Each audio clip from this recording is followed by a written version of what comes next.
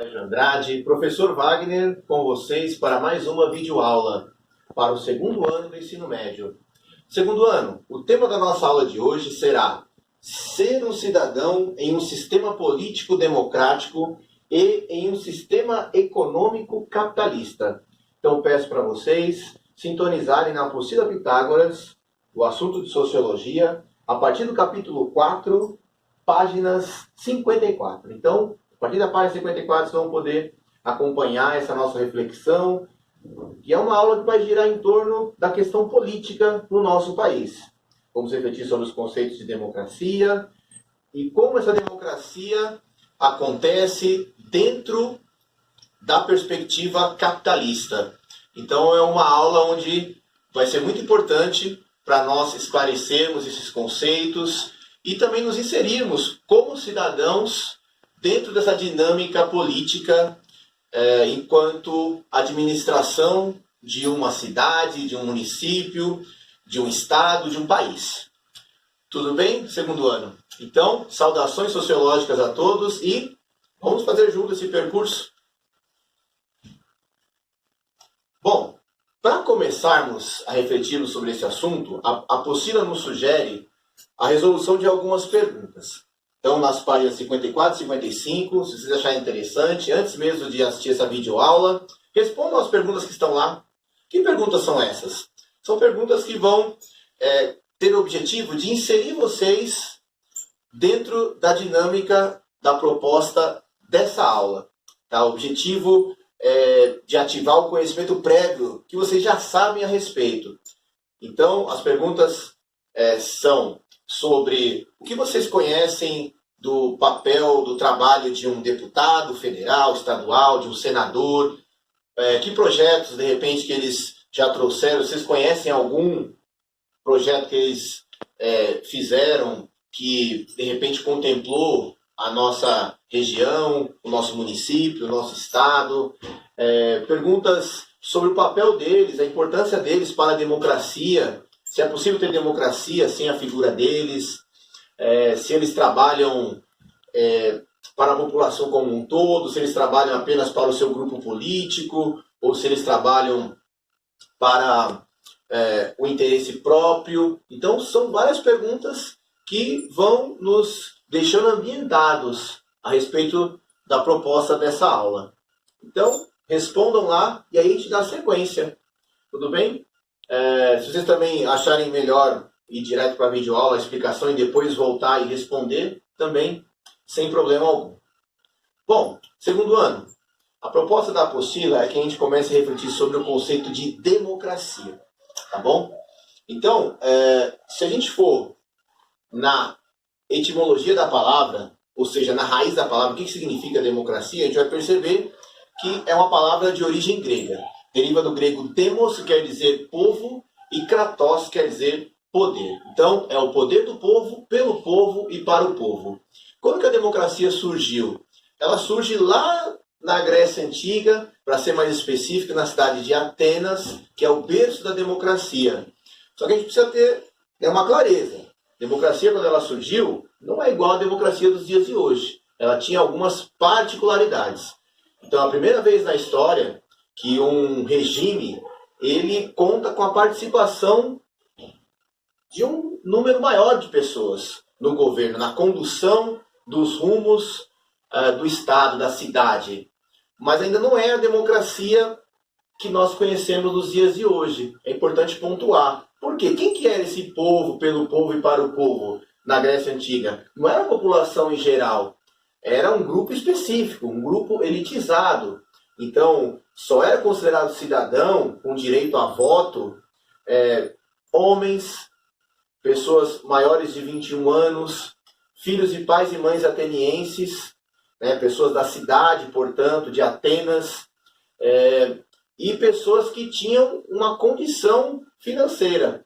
Na época, o poder financeiro estava principalmente relacionado à questão das terras. Então, quem tinha propriedade, esses eram os quesitos para ser cidadão.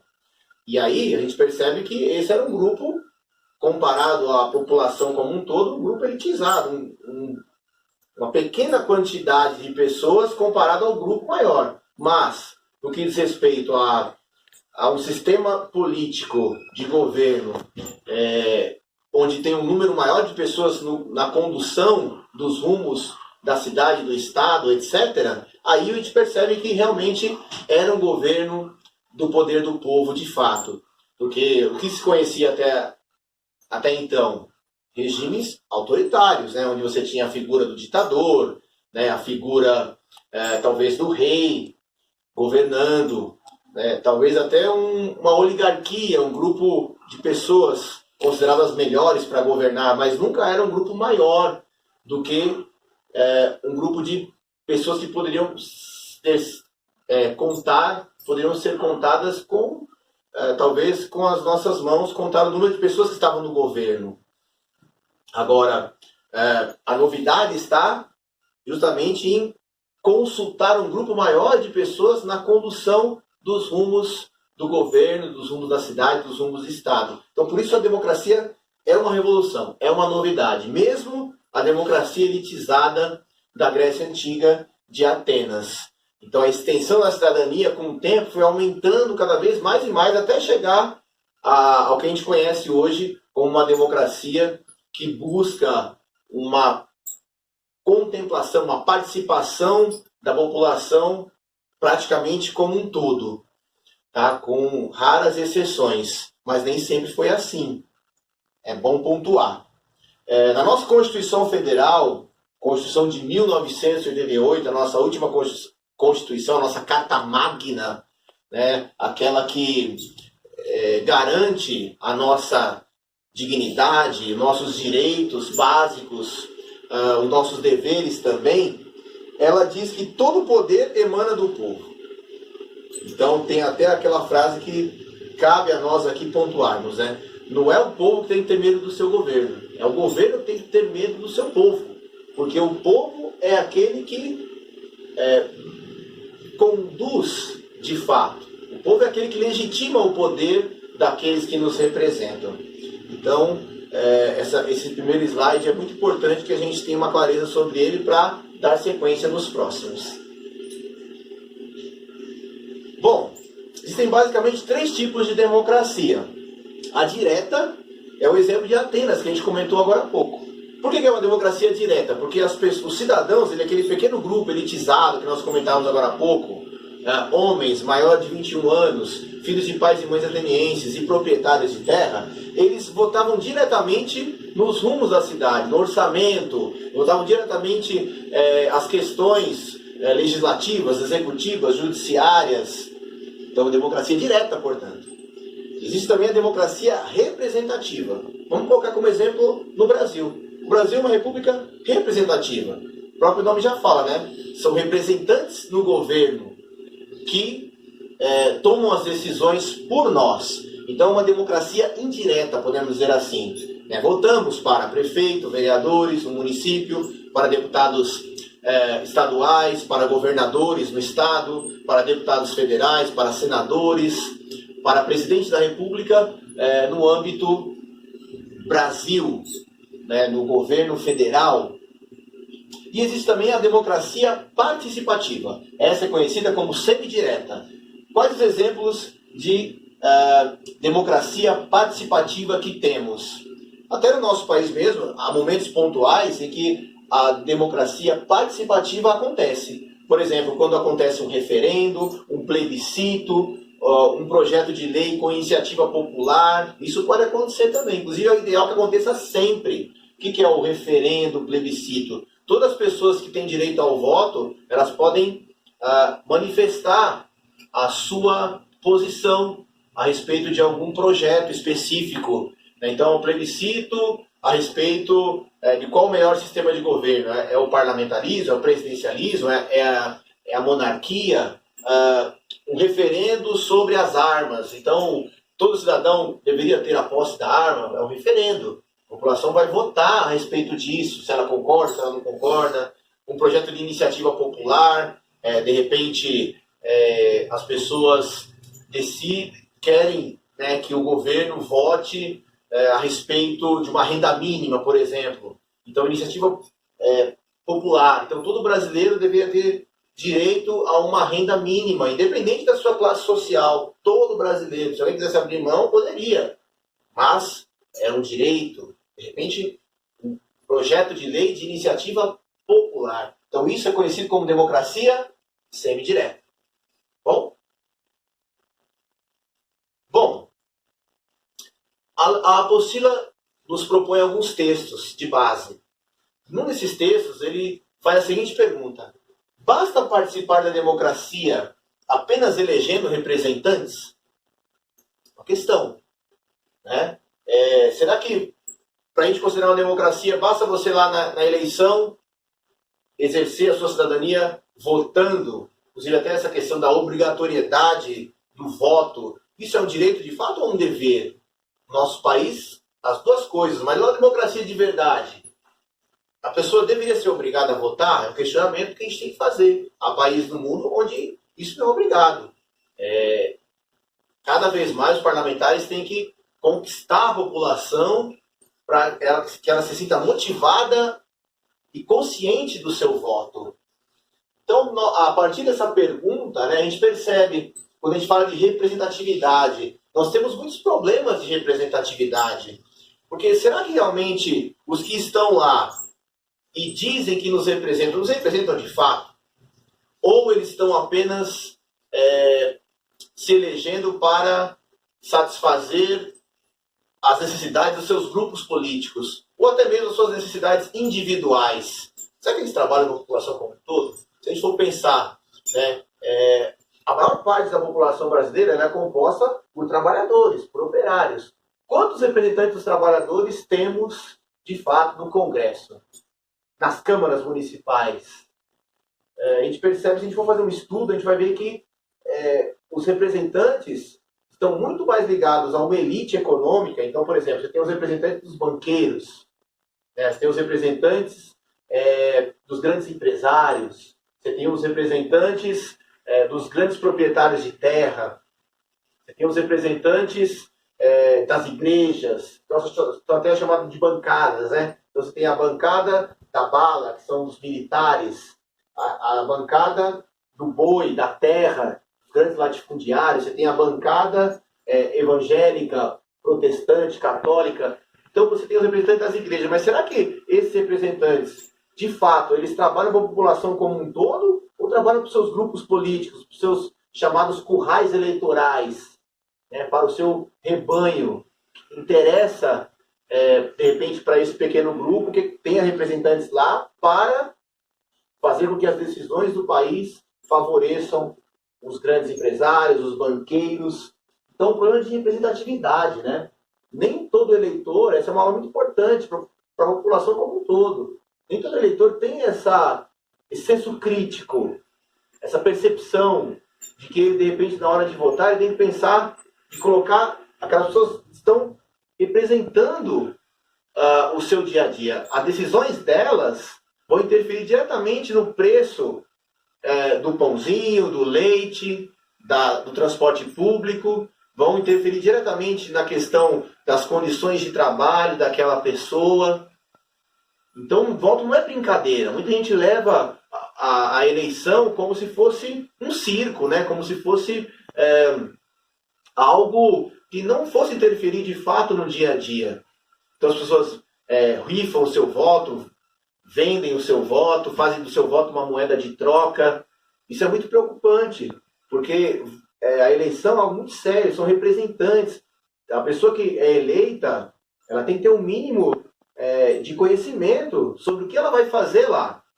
A gente viu algumas eleições passadas, alguns slogans de campanha, pior que tá no Fica, eu não sei o que eu vou fazer lá, mas vota em mim que eu vou descobrir qual que é o papel de um deputado.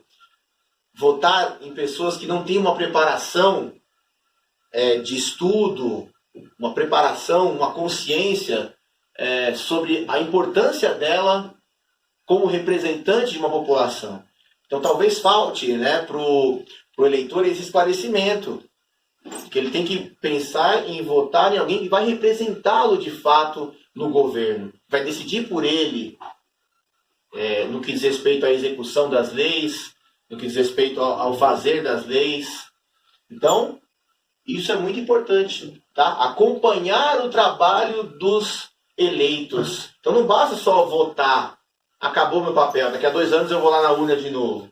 Não, a pessoa que você votou, você pergunta para as pessoas, muita gente não sabe nem quem votou, né, na última eleição. Isso é muito grave, porque é a maior prova que a pessoa não está acompanhando o papel do seu parlamentar, seja no nível municipal, o seu vereador, o seu prefeito, né, o seu deputado federal, o seu deputado estadual, o seu senador. Todos têm uma função crucial, o seu governador, né, o seu presidente. Então as pessoas não acompanham o trabalho. Então isso é fundamental para uma democracia madura. A democracia, ela talvez não seja o melhor dos regimes, mas comparado aos outros, com certeza ele é o menos pior. Por quê? Porque numa democracia é possível você questionar, você protestar, você, de repente, mostrar a sua indignação diante de algo. Coisas que em regimes autoritários, repressores e opressores, isso não é possível.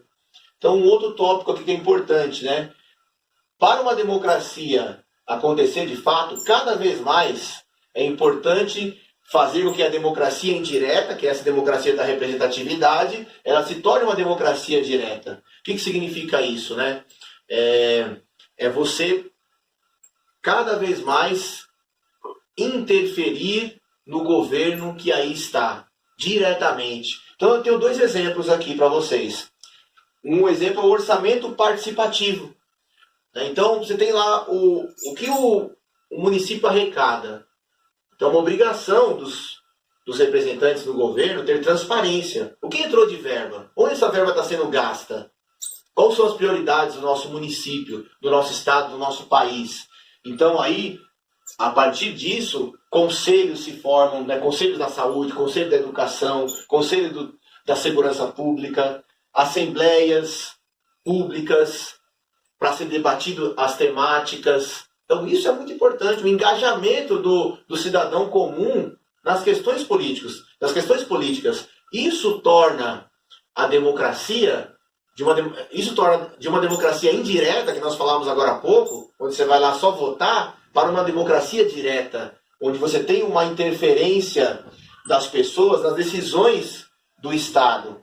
Um segundo exemplo, as câmaras setoriais, né, onde representantes do governo, representantes dos trabalhadores e representantes dos empresários se reúnem para dialogar a respeito da cobrança de impostos, para decidirem qual o melhor caminho para a geração de emprego, para cada vez mais garantir a renda das pessoas, a dignidade das pessoas.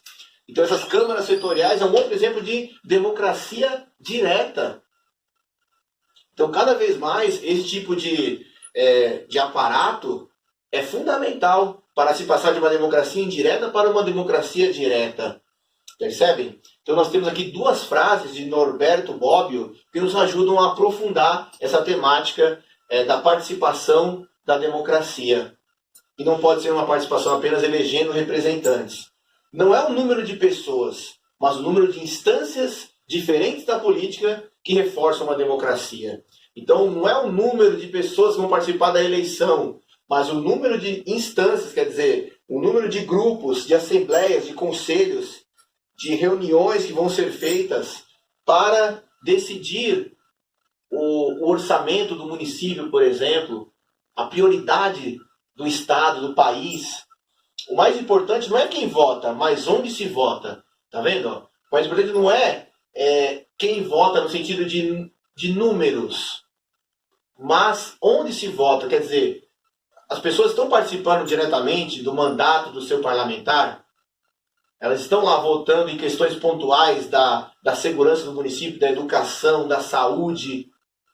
As pessoas estão tendo essa clareza. Então a democracia de verdade é a democracia onde não é só uma democracia política, mas uma democracia também econômica, onde a gente percebe que cada vez mais o Estado está caminhando para um estado de justiça social, de menos desigualdade. Então, né, já que a gente falou da questão da desigualdade, aí a apostila, né, dá um segundo passo rumo ao relacionar a questão política democrática com o sistema econômico capitalista. Então aqui tem críticas muito contundentes e interessantes. Vejam, sistema político democrático e sistema econômico capitalista. Então como que se relaciona a democracia e o capitalismo? O capitalismo só se sente seguro se governado por quem tem capital. Então isso é interessante, né? Como que dentro da perspectiva capitalista a democracia acontece, sim, mas dependendo dos grupos que assumem o poder, o capitalismo pode ficar mais confortável ou pode ficar incomodado com aquela situação. Então, por exemplo, o capitalismo, né, que é o sistema político que vai favorecer quem tem o capital. Né, vai favorecer quem? Quem tem o grande capital? Os grandes proprietários de terra, né, as pessoas que têm mais dinheiro, os donos dos bens de produção, né, dono das máquinas, das ferramentas, das propriedades como um todo. Então, o capitalismo se sente muito confortável numa democracia onde o governo ele é composto por uma elite econômica que detém o capital. Então, cada vez mais, ela vai favorecer a concentração econômica nas mãos dessas pessoas. Então, eles vão votar as leis que vão, inclusive, favorecer as suas propriedades, favorecer a sua concentração de renda, favorecer os seus interesses. Então, aí dentro do capitalismo, nós temos uma coisa chamada conflito de classes. Tá? De um lado, nós temos a pulsão para a acumulação e concentração de riqueza, é o papel da burguesia. Entendo burguesia nos dias de hoje, né? Não a burguesia dos burgueses da Revolução Francesa, que queriam ascender ao Estado, né? Ao governo do Estado. E aí é um outro contexto, mas a burguesia enquanto aqueles que detêm o capital.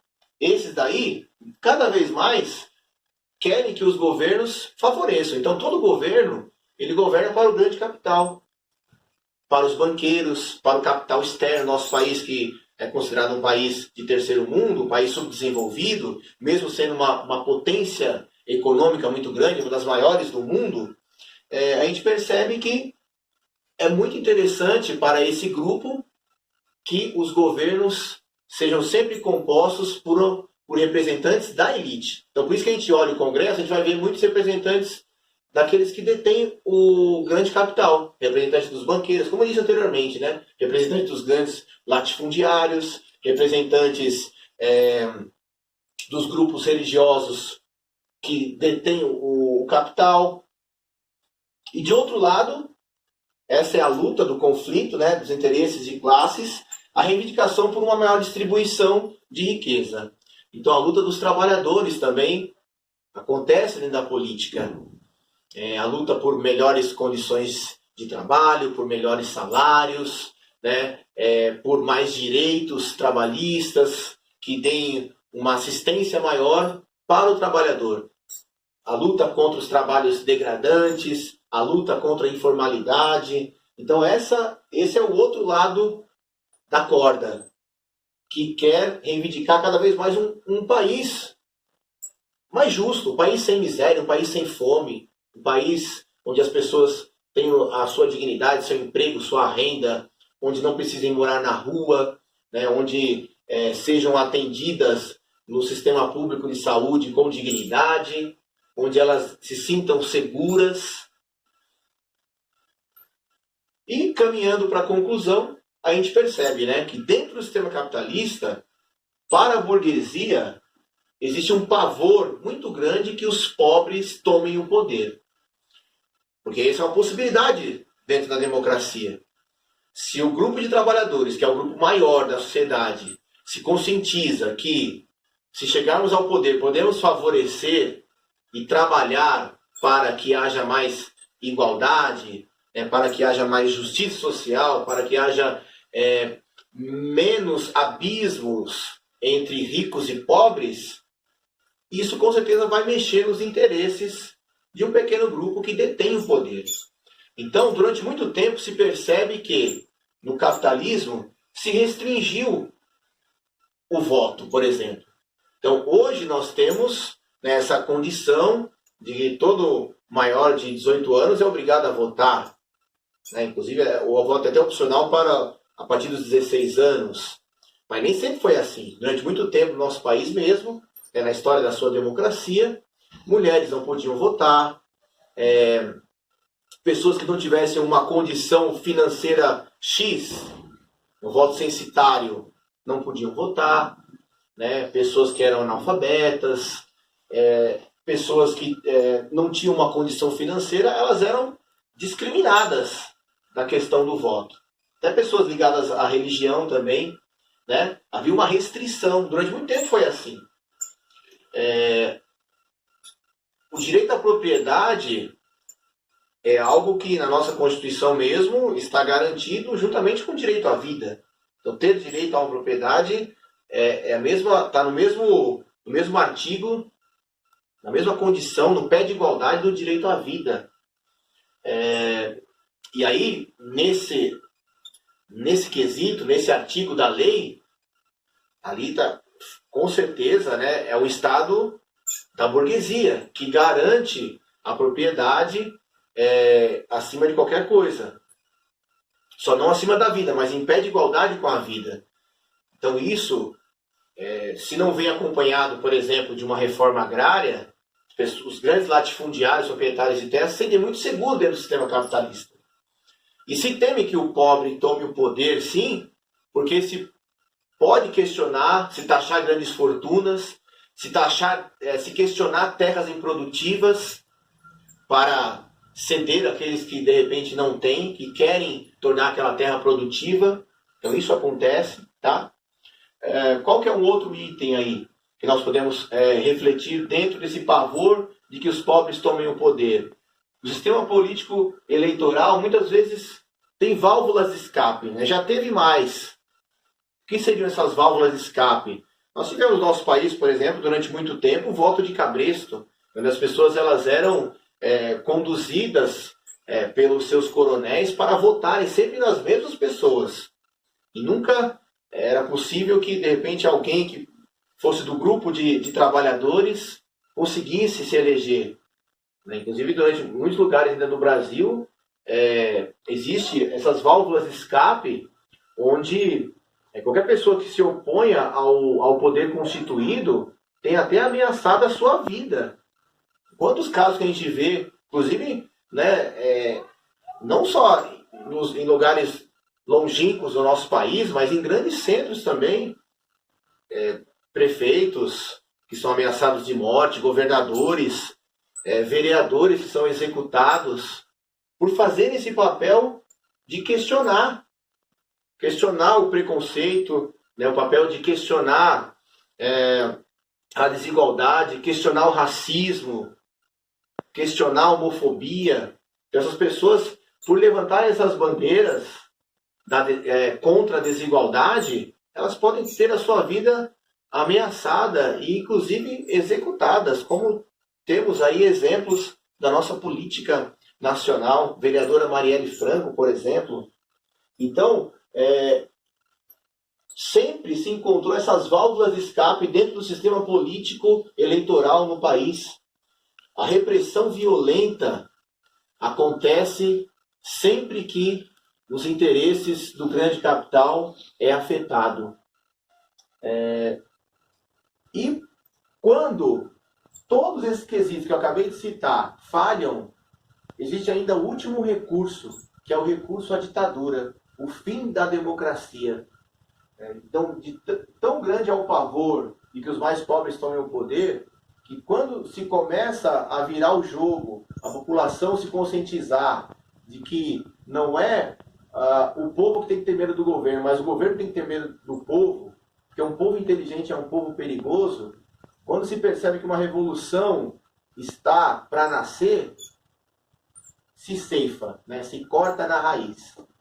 E aí o recurso à ditadura, quantas vezes na história do nosso país mesmo nós não tivemos interrupções de momentos democráticos, golpes militares sucessivos. Então isso é o recurso à ditadura, né? Com o pretexto de de se lutar contra uma possível desordem social. E aí se utiliza do recurso da ditadura, do autoritarismo. Se censura a imprensa, se persegue adversários políticos, não se tolera a oposição. Isso é uma ditadura. Bom, já que o assunto é ditadura, como nós citamos, esse nosso último slide vai refletir justamente essa questão da ditadura e a sua contribuição para uma elitização dentro do sistema capitalista. Então o que a gente percebe, né? Ao contrário do que muitos imaginam, inclusive, né? Que a rentabilidade é muito maior para o capitalismo em sistemas autoritários, de um só partido. Então, às vezes, as pessoas têm uma ilusão e um certo saudosismo do passado autoritário que é muito preocupante, onde se tem a ilusão de que em sistemas autoritários, né, onde você tem uma grande presença de militares, a corrupção é menor, né? Talvez isso seja provocado porque não existe dentro de um sistema autoritário, de uma ditadura, a possibilidade de se investigar os próprios governos.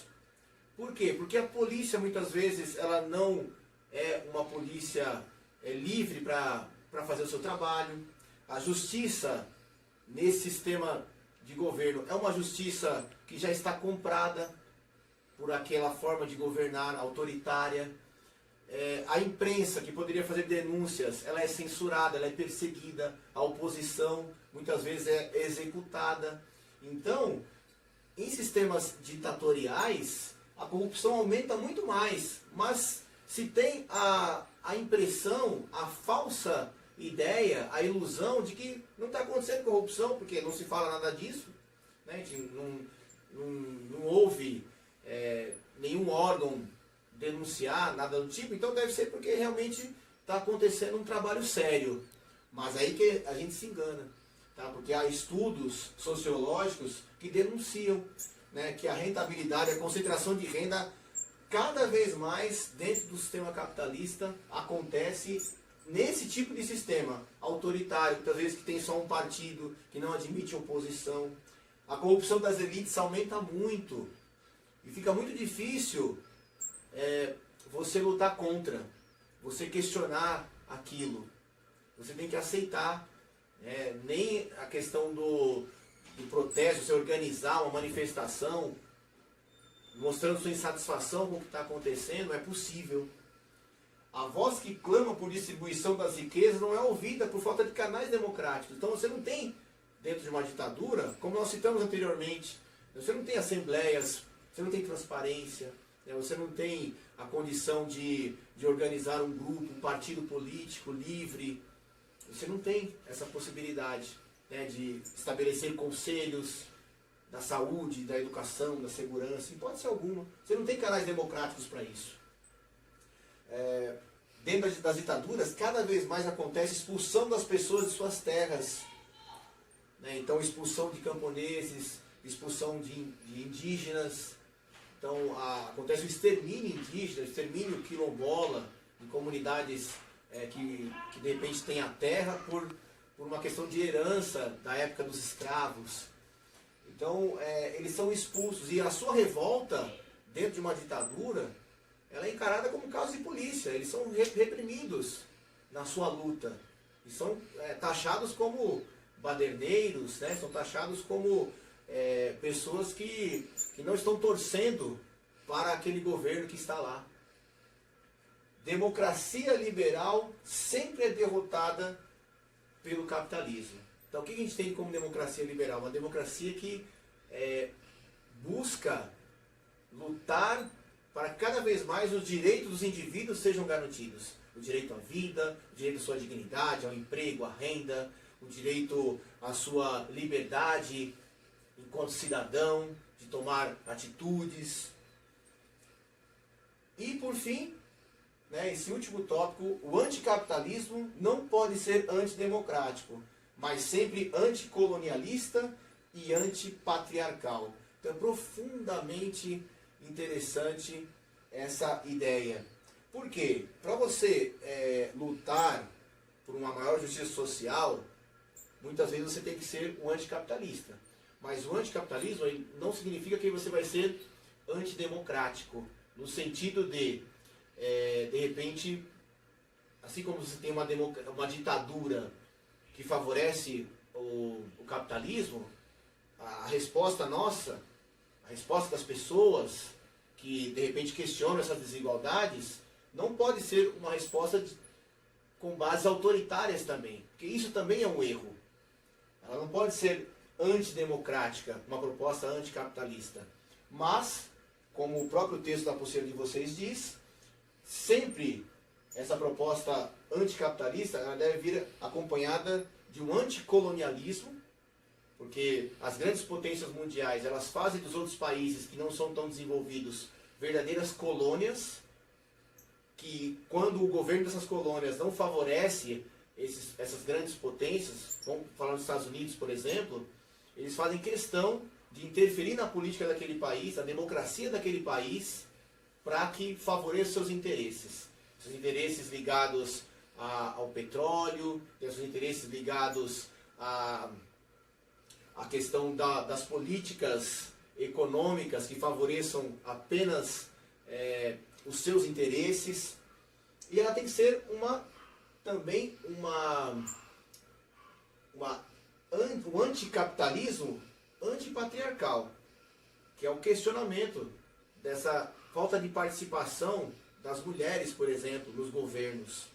Então não adianta a mulher esperar que o homem vá fazer valer os seus direitos. Ela que tem que se engajar na luta, como dizia a filósofa Hannah Arendt. Ela que tem que se engajar. E aí, o que é o antipatriarcal? Né? Parar de ter como referência na condução dos governos apenas homens, mas cada vez mais a participação das mulheres é fundamental para a consolidação de uma democracia de verdade, uma democracia mais direta do que indireta. E para concluir essa videoaula, algo que merece também ser pontuado por nós, é que numa democracia a gente percebe que muitas vezes os escândalos aparecem, né? E isso é salutar. Não o escândalo em si, mas isso significa que a polícia está podendo investigar, isso significa que a justiça acontece a ponto de questionar algo que não está certo dentro de um governo. Então por isso que às vezes nós podemos cair nessa armadilha de pensar, o sistema democrático ele não é um sistema bom, porque se aproveita muito das verbas públicas para favorecer a parlamentares. Mas enquanto parlamentares estiverem sendo investigados, estiverem sendo presos, isso é uma prova de que as instituições estão funcionando.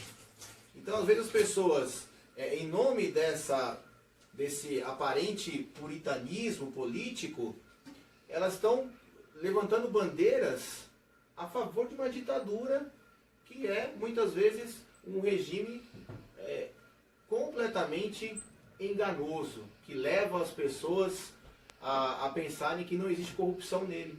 Mas é como eu disse anteriormente, só não existe corrupção aparentemente, porque na verdade por trás dos panos acontece muito mais o acirramento da desigualdade, acontece muito mais a concentração de renda em sistemas que são dessa maneira, autoritários. O voto de cabresto, eu citei como uma coisa do passado, mas que pode perfeitamente acontecer nos dias de hoje. Nas prefeituras você tem o favorecimento de grupos, muito em particular, com o objetivo de manter aquele grupo para as próximas eleições. E esquecer de governar para a população como um todo. Isso acontece. Né? Isso acontece a questão de repente, grandes empresários fazerem os seus funcionários praticamente os obrigando, os ameaçando dos seus empregos, caso não votem naquele candidato que interessa para ele. Então, é uma atualização da questão do voto de cabresto nos dias de hoje. Tá bom então, segundo ano? Concluo essa videoaula orientando para vocês a lição de casa. Então, páginas 62, 63, 64, 65 e 67. Lá vocês vão encontrar exercícios dissertativos, exercícios de múltipla escolha. Então, um ótimo exercício de reflexão. Então, peço para vocês fazerem com o objetivo de se preparar para futuras avaliações, para futuros vestibulares, os Enems da vida. Então, peguem lá a apostila Pitágoras e desejo um bom trabalho para vocês, tá bom? Encerro essa videoaula, agradecendo, né, a atenção de vocês, desejando para vocês uma quarentena de bastante esclarecimento, né? Tenham uma clareza sobre a importância de ficar em casa, a importância de lavar as mãos, se cuidar, não dar ouvido aos tolos.